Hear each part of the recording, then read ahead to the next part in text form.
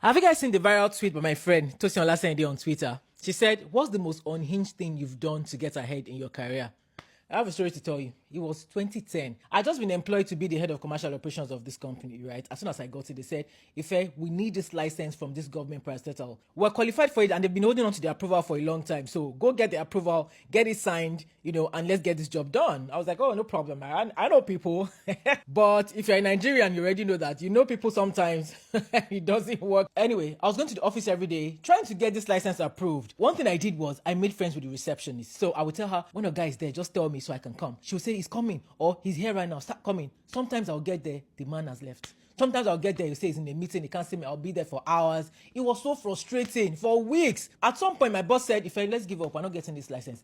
We're not going to get what? We will, oh. So, on one fateful day, I went to the office again as usual, early in the morning. While I sat there waiting for Oga to come, I heard the receptionist talking on the phone. She was booking a flight for her boss. I was eavesdropping, don't judge me. I heard her booking a flight for him to London. I was like, "Thank you very much." So I called the office and told my boss, "Please, can you book a flight to London for me tomorrow? I would like to be on the flight with this guy and make him sign this document, or at least commit to signing it." My boss was like, "Ife, is this not too much? Is it not too stressful?" I said, "No, we're going to get it." So they booked a flight for me to go to London the next day. As soon as I got on the flight, I saw him. He was in front of me. I was close to the door.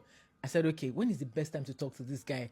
So I chilled. When the seat belt sign was turned off, if you see the way I sprang out of my seat, you know how at this time most hostesses would be like, "Oh, what do you want to eat? What do you want to drink?" and all of this. They'll be bringing you menu. Say, "Hold your menu, please. I have an important work to do." So I went to sit with him. "Hello, sir." I introduced myself. He was like, "Okay." He was looking at me funny. So I was talking. I was babbling. "Sir, I came on this flight, because I really want my documents." And when I was just talking, he was just looking at me like this.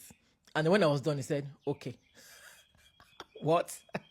Because he was looking at me like, "How can you follow me all the way on the flight because you want to sign a document?" I was like, "This is important to me, sir." Anyway, he said, "Okay, when the flight lands, remind me again." I said, "Yes, sir." I don't play. As soon as we landed, I waited for him. He walked past me and I followed him. "Sir, I just want to remind you about it." He said, "It's already done. I already made the call." "What do you mean?" I said, "Yeah, by tomorrow, you can go get your license."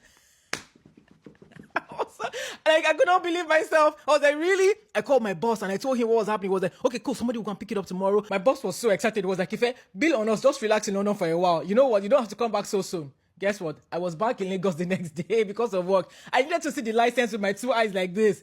And it was so true. This man had made them sign this license, and my company was able to do what we needed to do with that license. What shocked me the most was, even though this was the first and the last time I ever interacted with this man, years later I got a call and this person told me, "Oh, Ife, you come highly recommended by so person." This same man had recommended me to someone else and told the person, "She'll handle your business," because this person said they needed somebody very competent to take over their supply chain part of the business. Me.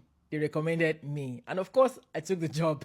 And this was the real turning point of my financial life. What this whole experience taught me was, and still teaches me, is that sometimes what you planted may not be where you harvest. So when I see people work for their employers and complain and say, "I'm working too hard," the result of your hard work is more for you than your employer. Hard work is never a waste. And also, don't look down on anybody.